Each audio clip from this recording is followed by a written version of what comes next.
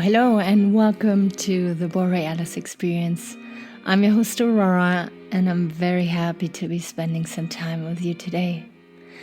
I want to thank you all for your messages. It was incredible, the support and love I felt from you during my 5 days of struggling here. I had a black widow biting me in the neck and in and out of the hospital several times, and worries and discomfort and everything. And yeah, you guys are just incredible. I know why I'm showing up for you 3 times a week here on this podcast and on Facebook several times a week with little videos, because I appreciate you so much, and I want to share tools with the world that help me to become a more fulfilled person, a happy person. And yeah, it's incredible to receive this feedback from you. Thank you so much. If you're new to this podcast, make sure to subscribe. If you're a long-time listener, thank you so much for being here. I appreciate you so much.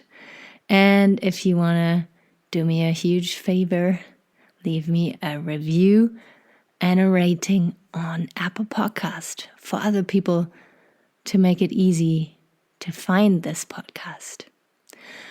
Today I want to talk about acting like a loving person or being a loving person, walking in love, speaking love. It is 2 very different things, and I feel a lot of people can sense this after being in a relationship for a while. And we feel like, it's kind of a routine now, and I'm kind of doing those loving things because they are expected from me, and I'm saying these things because, again, it's part of this routine, but I don't really feel that way anymore. What is wrong with me? What is wrong with the relationship? What is wrong with the other person? What am I supposed to do now? Should I just leave? Will I regret one day if I just leave? I feel those thoughts are totally normal, and there's nothing wrong with you. I can imagine that what happened along the way is that you started to shut down your heart. With every little disappointment, with every little hurt, your heart closed up more, and it's kind of clogged up now. And your brain, your mind, still knows how to act lovingly, but it's getting more and more exhausting, and passion is not there anymore. Sex drive is not there anymore. You kind of feel resentful, even angry. You want to avoid. You want to fight, but not really, because you know you don't really have anything to point your finger at. It's just a whole mess that you're sitting in, and you're blaming yourself. It makes you feel horrible. Trust me, I've been in that situation. I've been in that situation many times, and I experienced that this happened because I was not honest with myself, and because I abandoned myself, because I didn't stand up for myself anymore, and I was adapting too much to my partner. And it is not their fault. We have to stop blaming the other and have to start looking at ourselves. Of course, disclaimer here, there's all different kinds of relationship situations, and maybe yours is different than mine. But right now, I'm just talking about how you can look at yourself and change, become yourself again, and this in turn will change your relationship for the better as well. And it is not so much about going back in time and looking what went wrong. It is more about how can you learn to express yourself authentically again? How can you make space in between you guys without rejecting and hurting the other person, but doing something for yourself, for your own good, without feeling selfish? You know, if you've been a very outdoorsy person and then you met your sweetheart and all of a sudden you became a very homey kind of person, there will be a point where resentment will come up and you will not even know why. But it is your longing for this little sense of freedom that you used to have that you want back. And you're going to take it out on the other person and they're not going to understand why. We have everything. We're happy.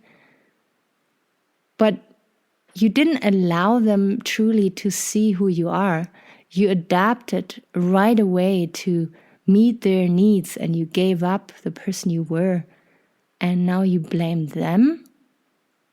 That's not fair. And that's you hiding in victim mentality. You're not a victim. You are in a situation now that you have to slowly untangle yourself again. And you have to learn to speak your truth again. And when it comes to love, when it comes to feeling love for another person, the most important thing is that you learn to feel your feelings again. When your path to your heart is clogged up, is not clear, it means that you don't allow emotions to be felt, to be processed, to be expressed, to be seen by the other person. You hold back, you suppress in order to fit in order to not disturb the other person or the relationship. But in doing so, you harm yourself. And this is the result. You can't feel your heart anymore. You can't feel loving anymore because the path to your heart is blocked. So it's a difficult situation to sit in. I totally see that. But it's the most beautiful path you can imagine being on. The path of clearing the way to your heart, to your own heart. You have to start doing things for yourself again. Is it hobbies that you gave up a long time ago? Is it a new hobby that you always wanted to try? Is it people that you want to meet without thinking of cheating on your partner or anything? Maybe it is a language that you want to learn. You have to create a little bit of space in between you and your partner and discover yourself again. And in doing so, you will spark a deep curiosity in the other person and maybe even fear because, all of a sudden he's dancing outside of the box. That's uncomfortable. That scares me. And you might have to put up with the fear of your partner and do it anyways. Without being an asshole. No, not without being an asshole. Without being a mean person, but very direct.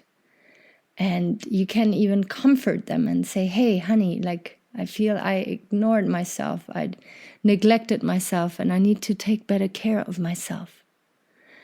And in doing so, you also give the other person space to do the same. You know, sometimes we get so used to sitting in the same house, in the same pot for so long, and we have our little routines, and it's kind of getting boring. And if you are the one who starts stepping out and starting to do new things, the other person is left with a we say vacuum, like an empty space is better to say in English. And they will fill that empty space with what they can be passionate about again. And they might fill it first with fear and anxiety and maybe anger towards you, but it is okay. It is their little struggles that they might have to go through a little bit. You can reassure them, but do it anyways. And then you kind of teach them how to take care of themselves again. And then one day soon you can meet again and talk about the adventures that you experienced. And you can maybe hear it in my voice. You can hear novelty and excitement. And what have you been doing? Tell me about your day. And I want to know more about you. And I didn't know that you were such a good painter, such a good singer. You kind of unlock love on a deeper level again, and you give possibility for growth. So many times we feel stuck in routine and stuck in behavior, and not loving behavior, but just routines, and it makes us feel dull and numb.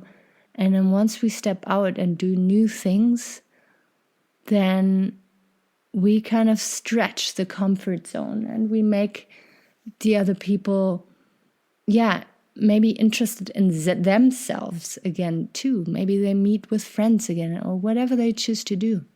I feel so often we think cheating on our partner is the way out because it is novelty. It is someone seeing us with fresh eyes, someone being curious about us, someone opening us up to a new world.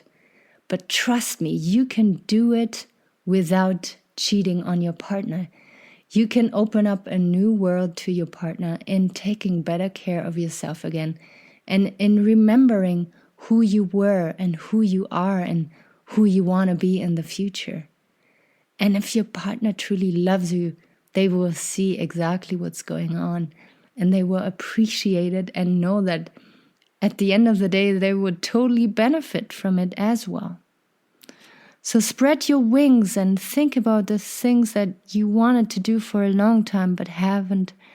And know that, you might be facing rejection and fear and anxiety from your partner. And you might feel very nervous about this step too, because it is new to you. But it is so worth it. It is so endlessly worth it to spark love inside of your chest again. Deep appreciation for your partner, to see that they allow you to explore, they trust you, they want you to be happy. And then you can feel your heart again, because you found your way back to yourself. You know who you are again. You feel yourself. You feel alive. And from that point, you can give love again, because you have so much respect for yourself.